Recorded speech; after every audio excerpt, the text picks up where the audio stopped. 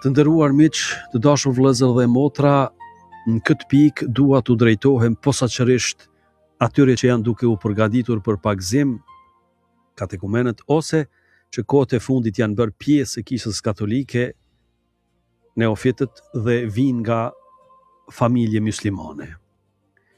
Kisha gëzohet për ju.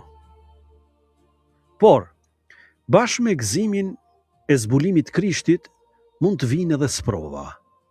Mos kuptimin nga familja, pyetjet e miqve, presioni i rrethit, nganjëherë tallja apo refuzimi. Por edhe një tundim tjetër. Dëshira për t'ju përgjigjur çdo kundërshtimi, për të hyrë në çdo debat dhe për ta parë tërë të kaluarën vetëm negativisht. Prandaj, dua t'ju propozoj 10 këshilla të thjeshta. E para, duje dhe nderoje familjen tënde. Nëse je boj krishter, prindrit e tu nuk kanë pushu së qenuri prindrit e tu. Nona jote mbetet nona jote. Babai yt mbetet babai yt. Vllazit e motrat e tua mbeten familja jote. Pagzimi nuk e anulon urdhënimin e Tenzot që thot nderoje prindin tënd, babën tënd dhe nonën tënde. Dashmi e tu është shumë për mirë dhe. Madje, besimi i ri duhet me të ndihmu me jetu këtë urdhrim edhe ma thellë. Ndoshta prindrit nuk të kuptojnë. Ndoshta janë të zemrum, nervoz. Ndoshta e përjetojnë zgjedhjen tonë si refuzim të tyre, të traditës familjare apo të kujtimit të parëve. Mos u akthe zemrimin me zemrim. Thuaju edhe me jetën tënde. Unë nuk ju kam braktis, ju du, ju respektoj, por ndërgjegja ime ka qute Krishti. Kjo është një dëshmi shumë ma e fuqishme se 10 debate teologjike. E dyta, jepu kohë që ta kuptojnë atë që të ka ndodhur. Mos prit që familja me kuptu brenda një dite një rrugtim që ndoshta te ti ka zgjat muaj apo vite. Ti ke lexu, ke pyet, ke luftu me ndërgjegjen, je lut, ke ardhur në kish, ke bisedu me meshtarin, priftin. Ata ndoshta e dëgjojnë vendimin tënd vetëm në fund këtij procesi. Prandaj reagimi i parë mund të jetë frikë. Pas pyetjes pse u bëre katolik, mund fshihet një pyetje shumë njerëzore. Apo të humbasim? Kuptoje këtë dhimbje. Dëgjoj. Mos e interpreto automatikisht çdo kundërshtim si urrëtie fetare. Nganjëherë është thjesht frika e një nane apo një babe që nuk e kupton akoma se çfarë po ndodh me fëmijën e vet. E treta, dëshmoje Krishtin më shumë me jetën se sa me fjalët e tua. Pas konvertimit mund të lind dëshira për mua spjegu gjithve me njëherë fenë e re. Por dëshmia ma bind se nuk është gjithmonë argumenti. Është jeta. Nëse para pagzimit ke qenë i padurueshëm dhe pas pagzimit bësh më i durueshëm. Nëse ke qenë hakmars dhe fillon me fal. Nëse ke qenë i papërgjegjshëm dhe bësh ma përgjegjës. Nëse i ke lënë masdore prindrit, e tani kujdesesh ma shumë për ta. Atëherë, familja fillon me pa diçka. Dhe ndoshta një ditë ka me pyet çfarë ka ndodhur me ty. Atëherë mund t'i thuash e kam taku Krishtin. Ky është ungjillëzim dashur vëllezër e motra. E katërta, mos e përbuz fen që e ke lanë dhe mos i përbuz muslimant. Kjo është jashtëzakonisht e rëndësishme. Me qenë mu bon katolik, nuk ta jep të drejtën mu talë me fen e familjes tane. Mund të kesh pyetje serioze teologjike, mund të mos pajtohesh me mësime caktuara të islamit. Mundesh me spjegu pse ke arrit në bindjen se Jezu Krishti është biri i hyjt, shëlbuesi yt. Por ekziston një dallim ndërmjet me shqyrtu një doktrinë dhe me poshtru një person. Ka dallim shumë të madh. Muslimani nuk është islami. Është një person konkret me dinjitet, histori, familje, gëzime e vujtje. E vërteta mundet mu thonë pa përbuzje.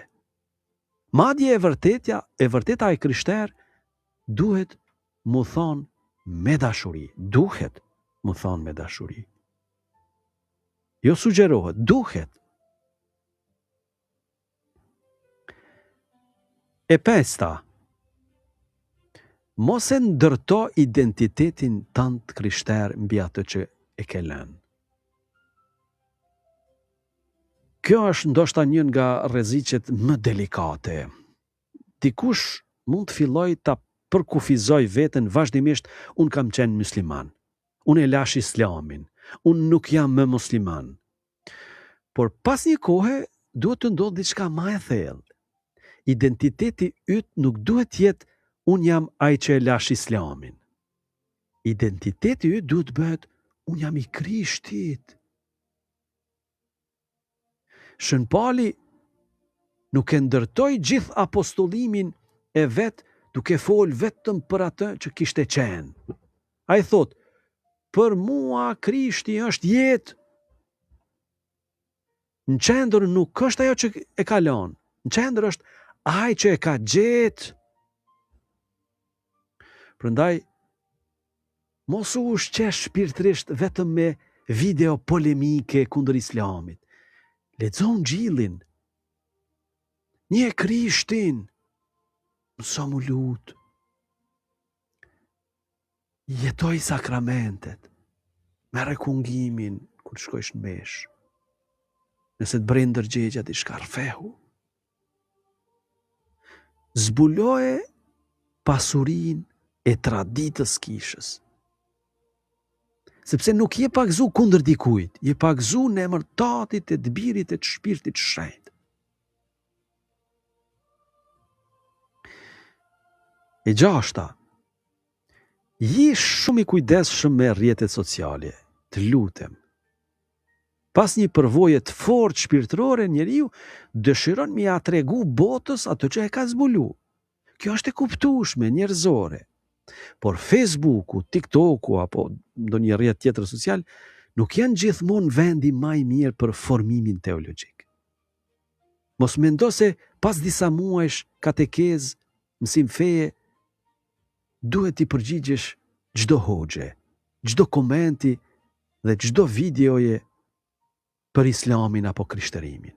Nganjëherë përgjigja më e mençur është të mos përgjigjesh. Para se me publiku diçka, pyete veten, a është kjo e vërtet? A e kam verifiku? Madje mund ndodhi një çështje historike, nuk pa takosh shumë me verifiku një çështje, edhe një vend me të njëjtin emër kishte qenë, dhe u desh me tërheq, edhe tërhoqa për shkak të vërtetës. Sepse e verifikova dhe e pash që më mirë duhet me tërheq. Pastaj duhesh me pyet veten, a është e nevojshme? Apo e shkruaj për me dëshmu, apo për me provoku? Po e shkruaj me paqe, apo me zemrim, me inat? Merë frym njerë para se me postue, sepse në momentin që njeri është me emocione, atëre nuk e kyç shumë mendjen. Atëre i bje pishman ma vonë, o gabova. Po sigurisht, faleminderit Zotit që fillove pak me përdor edhe mendjen, se është njerëzore me reagu me emocione, por të fillojmë dashur vëllezër e motra, të marrim frymë para se me thonë diçka, ose me shkru diçka, ose me postu diçka. Dhe sidomos, nëse familja ime muslimane e lexon këtë, a do ta shoh Krishtin në mua, apo vetëm zemrimin i natin tim?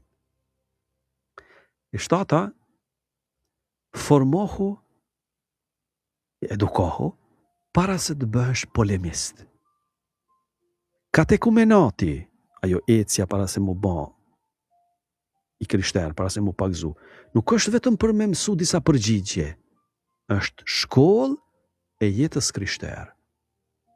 Mëso kush është Jezu Krishti, mëso çka është rinia e shenjtë, mëso çka ndodh në Eukaristin, meshën shenjtë, në kungim, mëso pse i kemi 7 sakramente, mëso çka është kisha, lexoj shkrimin shenjtë, lexoj katekizmin e kishës katolike, tash e kemi edhe në Shqip, madje është detajisht i shtjellum çdo paragraf i fesë, çdo të vërtetë të fesë. Mësoj historinë e kishës, por edhe gabimet që kanë bërë të krishterë gjatë historisë. Besoj që e ke vërejt që ne të krishterë nuk i mbulojmë me thonë, gjithçka ka qenë mirë. Jo, ne njerëzit jem të gabushëm, ne njerëzit edhe gabojmë. E do të kërkuar edhe falje. Pra nuk është që ne kemi të vërtetë të ndorë dhe japim si cilit pa, por ne edhe si që jemi me dobësit tona, edhe gabojmë. Por e duam më shumë të vërtetën, se sa imazhin tonë që dukemi të bukur. Jo, nëse kem gabur, duhet të thënë, ky është gabim. Mos keni frikë nga pyetjet e vështira. Një besim që ka frikë nga çdo pyetje mbetet i brisht. Krishti nuk të kërkon me fik arsyen me çkyç kryet të menduarit për me besu. Kjo kishte me qenë besim i verbër, kjo nuk është besim. Është ideologji atëre. Dikush mund me ta frut kry ndonjë ide dhe ti nuk e blun fare, nuk e sheh është kjo për ty, është kjo vërtet, as është e vërtetë, dhe ti si pula pa krye, pastaj ecën këtë botë. Jo dashur vëllezër e motra. Krishti dëshiron, prandaj edhe t'jep hapësirë që me mujti me pa, a është kjo për mua, a është kjo e dobishme, a është kjo e vërtetë. Prandaj edhe kërkohet tolerancë, paktën fen e krishterë katolike, që mos me shku verbër diku, por me pas kohë me mendu. Pra, Krishti thret me dasht Zotin edhe me gjithë mendjen tënde, me gjithë me zemrën tënde, por edhe me gjithë mendjen tënde. E teta, ruaj urat me familjen. Mos e le fen të bëhet mur aty ku mund të bëhet një urë. Shko për vizit, ullën tryez me ta, telefonoje nënën, ndihmoje baban, vizitoje të smurin, gëzohu kur ata gëzohen, qaj kur ata vujnë. Do shta nuk mund të marrësh pjesë në çdo praktik fetare tyre, sepse tani ndërgjegja jote është e krishterë, por mund të jesh i pranishëm në jetën e tyre me dashuri dhe respekt. Ne solidarizohemi me njerëz, pa marrë parasysh çfarë feja është. Kinez me qenë atje, ose hindu, apo çka di une. Ai është njeri. Dhe nëse vun, solidarizohem me vujtjen e tij. Mos u përpiq ta fitosh familjen tënde duke fitu debate. Fitoje zemrën e saj, zemrën e familjes, duke mos pushu tu e dasht. E nona, fal. Por mos e normalizo padrejtësinë. Mundet me ndodhë që dikush me përjetu tallje, presion, përjashtim, kërcënime, apo forma tjera diskriminimi për shkak të konvertimit. Këtu duhet me bani dalim. Krishti na mëson me fal. Kush s'po thot që është e lehtë. Por falja nuk do të thot lejo që të bëjnë çfarë duan. Nëse ekziston kërcënimi real, kërkon ndihmë.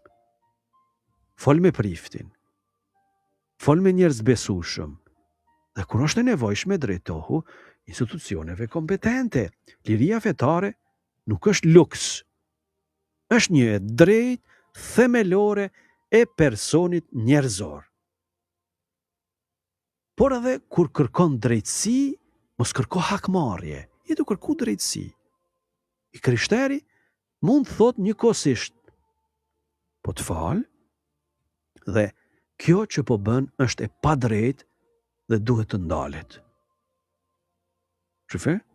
Edhe fal, për mos me helmu veten, si ja merr vendin Zotit me gjykue, aj qëllimisht mua bën, aj kështu ai është. Ke lëndu, por nuk ta miratoj atë çka i e duke e bërë. Është e padrejtë. Dhe 10, bëhu ur, jo hendek. Fund, do shta pikrisht ti mund të kesh një mision të veçantë.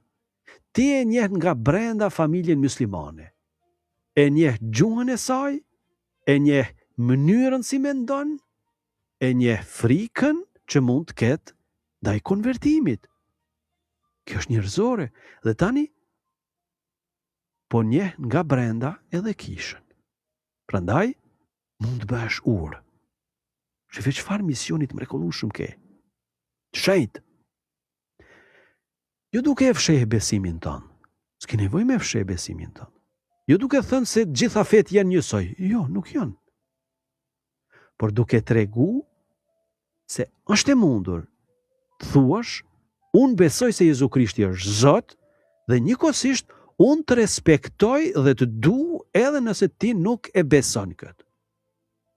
Kjo është pjekuria krishterë. Unë nuk po them që kemi arrit këto për 2-3 ditë, ose me javë. Kjo është misioni yt. Pjekuria kërkon me bë hapa. Kjo është liri.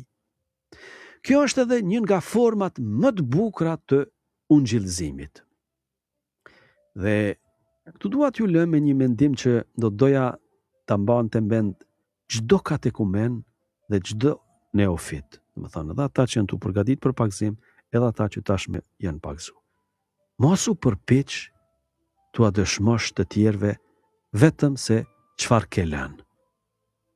Dëshmoju se kë e ke gjetur. Në qendër të kthimit krishter nuk është Islami. Nuk është polemika.